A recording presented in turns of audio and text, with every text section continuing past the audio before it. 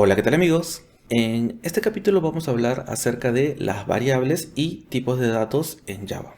Empecemos hablando acerca de qué es una variable. Cuando nosotros definimos una variable en Java, lo que estamos haciendo es separar un espacio de memoria en nuestra computadora donde posteriormente vamos a almacenar alguna información, algún tipo de dato.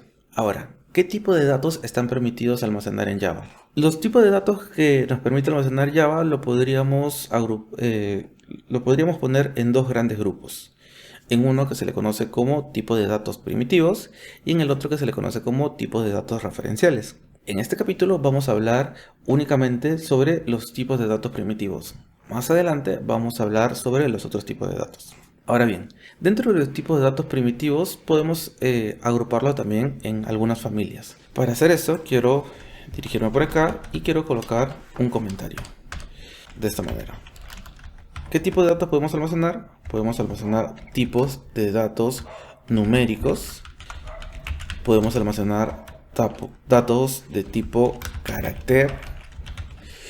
Podemos almacenar datos de tipo lógicos o también conocidos como booleanos.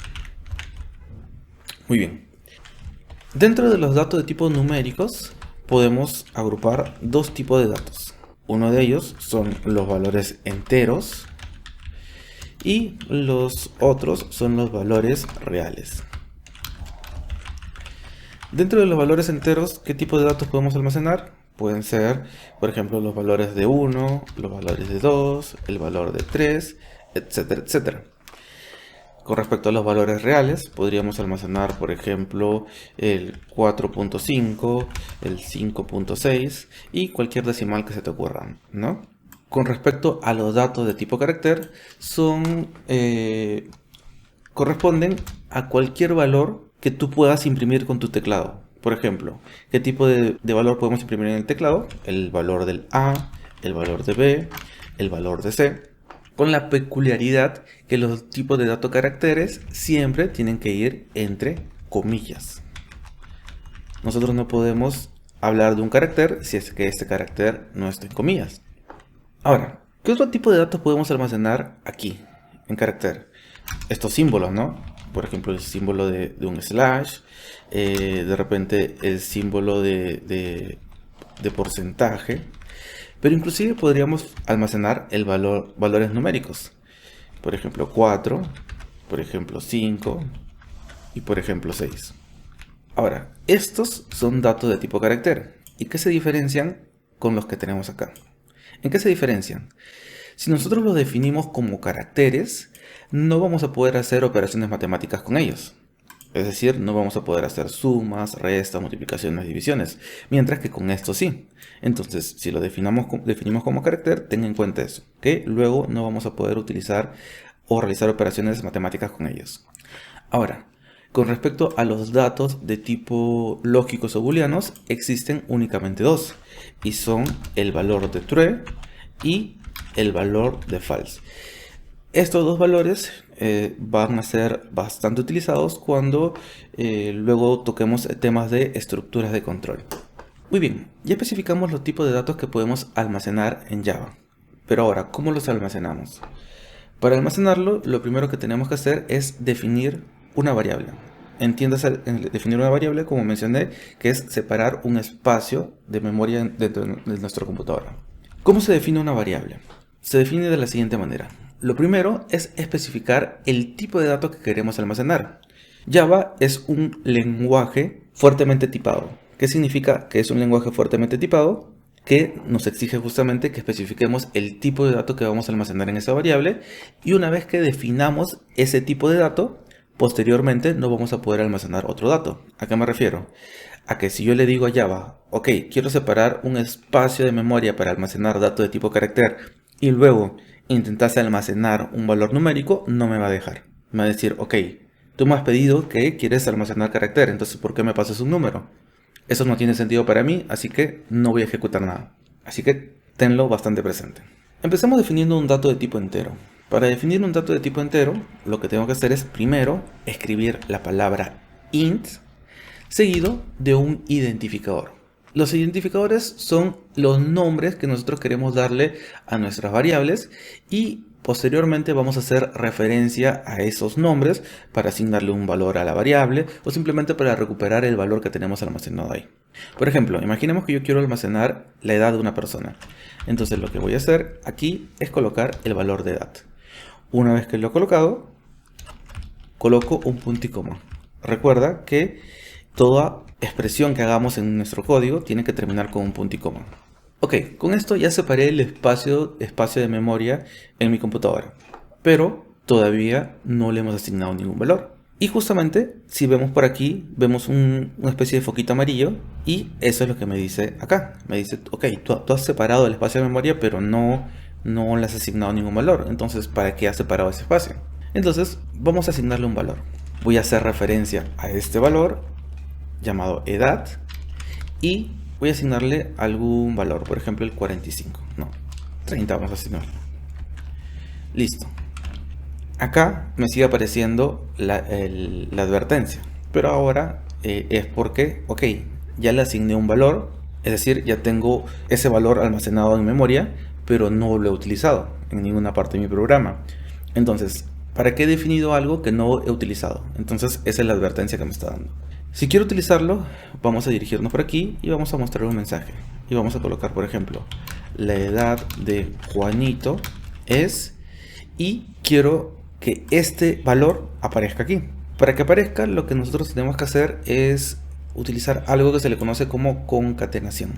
La concatenación consiste en unir dos cadenas. Una cadena es una serie de caracteres. Esta es una cadena. Y yo podría unirlo perfectamente con otra cadena. ¿De qué manera? Colocando este símbolo de más que hace referencia a concatenación y vengo por aquí y coloco cualquier otra cadena. Si ejecuto este código, miren, me sale la edad de Juanito es y me aparece todo esto. Ahora, de igual manera en el cual yo he colocado una cadena, lo que yo puedo hacer es acceder al valor de una variable. ¿De qué manera? Simplemente haciendo referencia a su identificador. Vamos a guardar los cambios y miren, al guardar los cambios desaparecieron las advertencias. Si yo ejecuto esto, miren, me sale la edad de Juanito es 30. Ahora, quizás por aquí te has visto que he dejado un espacio. Me pregunté por qué he dejado un espacio.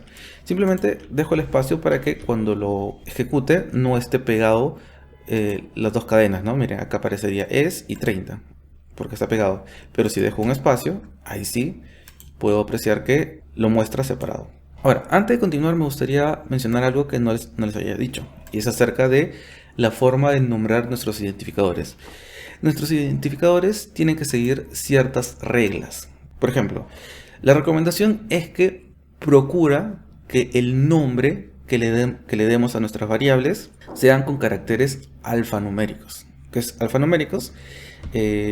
Letras y números, nada más. No obstante, el nombre de mi variable no puede iniciar con un número. Por ejemplo, yo no podría hacer esto. Yo no podría colocar 1, edad. Esto es un error. Pero sí podría colocar, por ejemplo, edad 1. Eso sí me permite hacerlo Java. Mientras que no comience con un número, todo bien.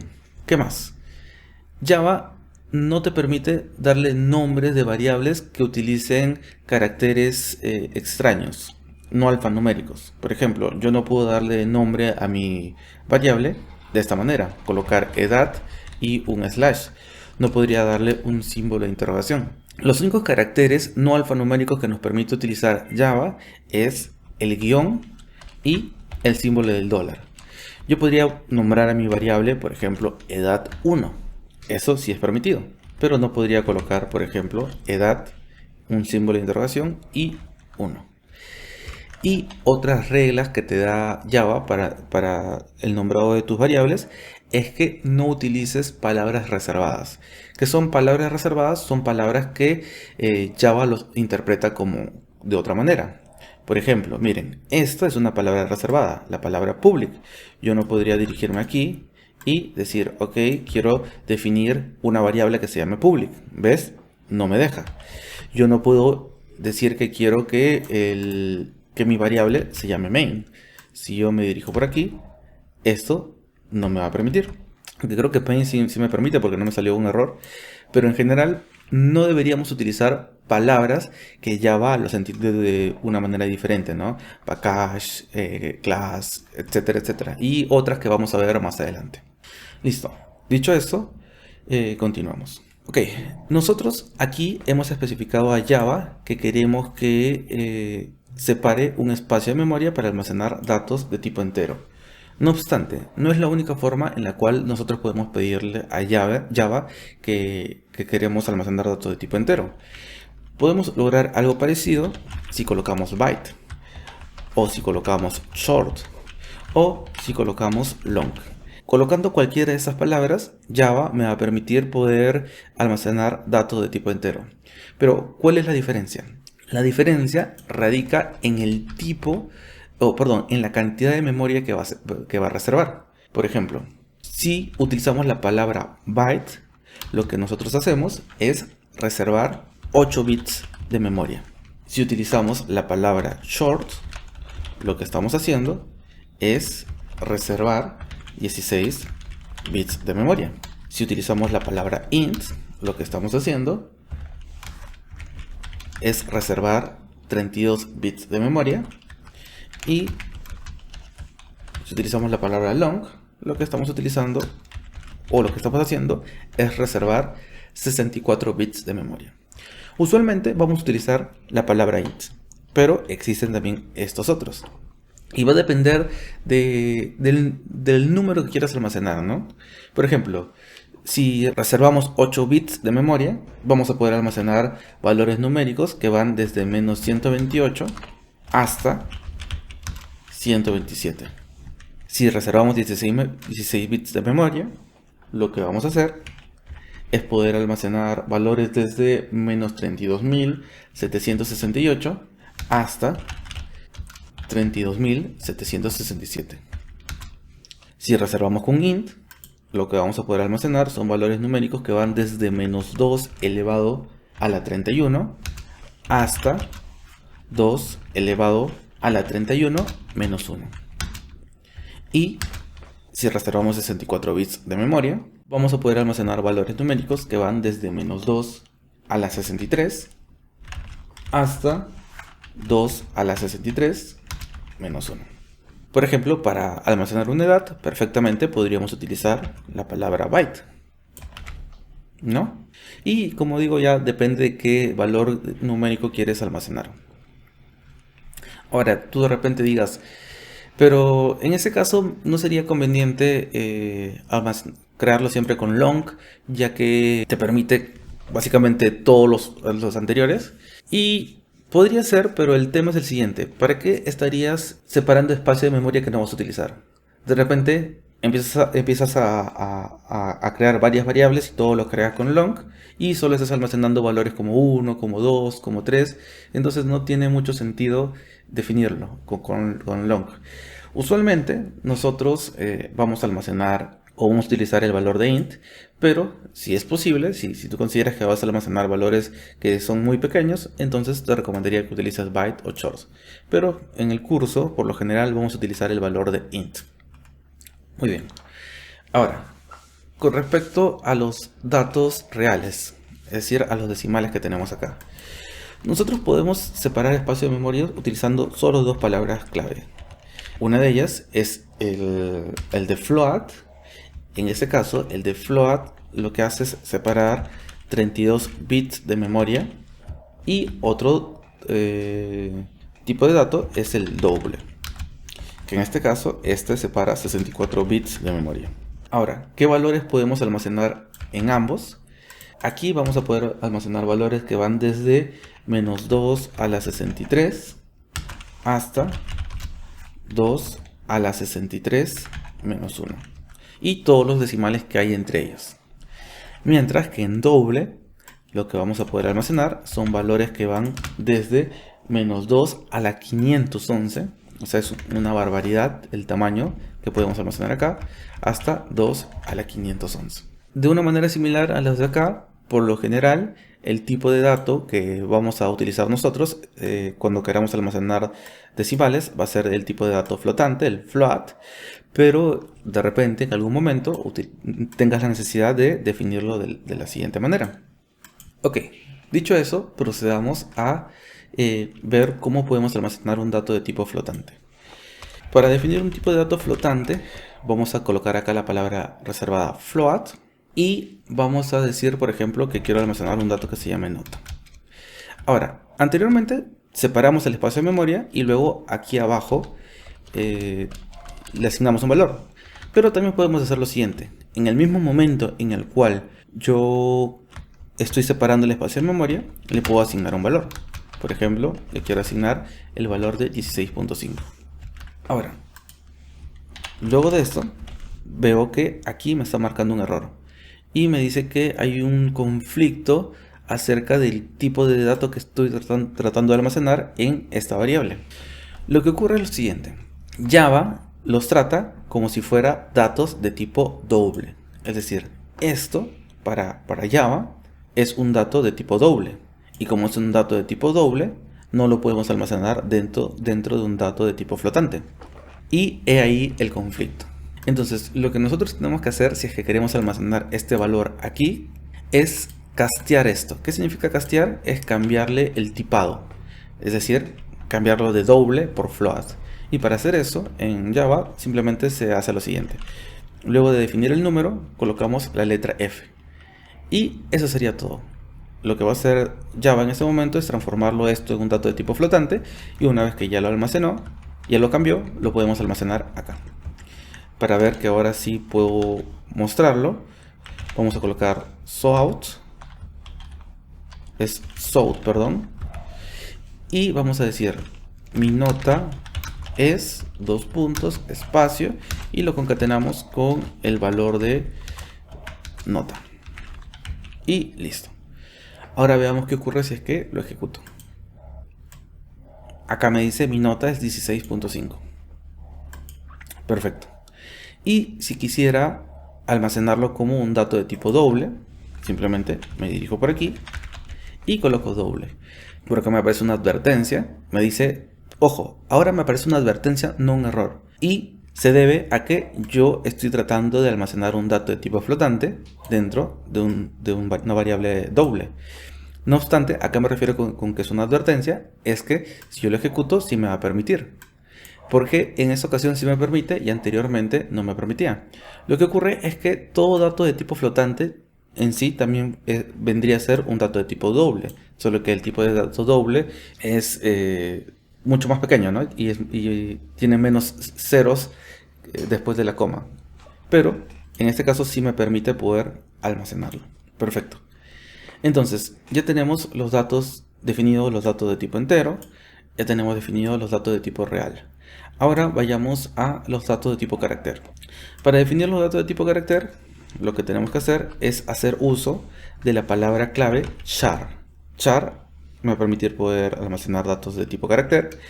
Luego de eso, colocamos por aquí, por ejemplo, una variable que se llama inicial y le voy a asignar mi inicial, que es la palabra v. Y vamos a tratar de mostrarlo. Voy a colocar south y que diga mi inicial es un más y quiero colocar inicial. Aunque acá estoy viendo que me está marcando un error. Y ya, el error me indica lo siguiente, que yo no puedo utilizar estas comillas dobles.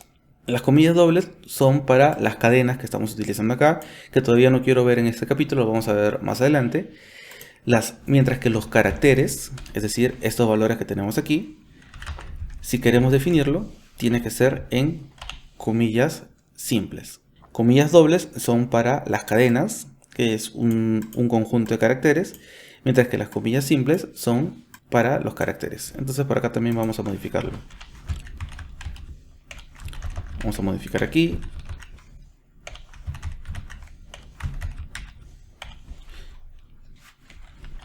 Bueno, ya lo dejo así nomás. Ya se entiende que los de acá tiene que ser todo con comillas simples.